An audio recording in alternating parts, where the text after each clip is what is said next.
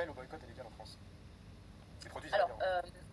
des produits israéliens. Alors, c'est important de préciser d'ailleurs des produits israéliens, puisque à chaque fois que des militants ont été poursuivis pour l'appel au boycott, c'était précisé pour l'appel au boycott des produits israéliens.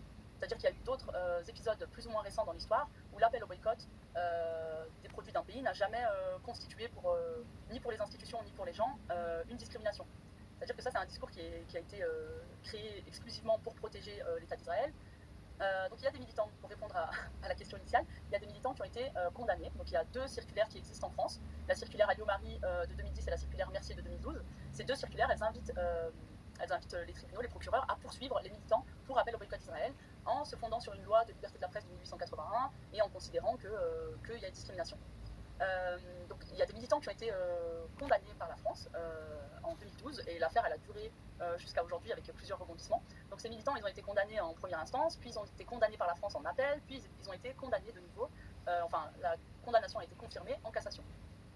Suite à ça, ils sont allés devant la Cour européenne des droits de l'homme, donc la CEDH, et en juin 2020, la CEDH a condamné la France en considérant que l'appel au boycott des produits israéliens n'avait pas été fait sur des critères discriminatoires, mais participait à la liberté d'expression et de dénonciation de la politique d'un État.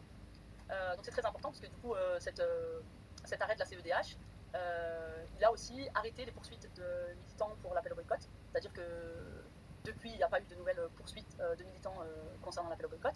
Et un nouveau rebondissement très très récent, c'était, je regarde, le 17 octobre. Donc le 17 octobre, il y a eu une décision de la Cour de cassation qui a confirmé l'arrêt de la CEDH et qui a relaxé les militants qui avaient été condamnés pour appel au boycott des produits israéliens.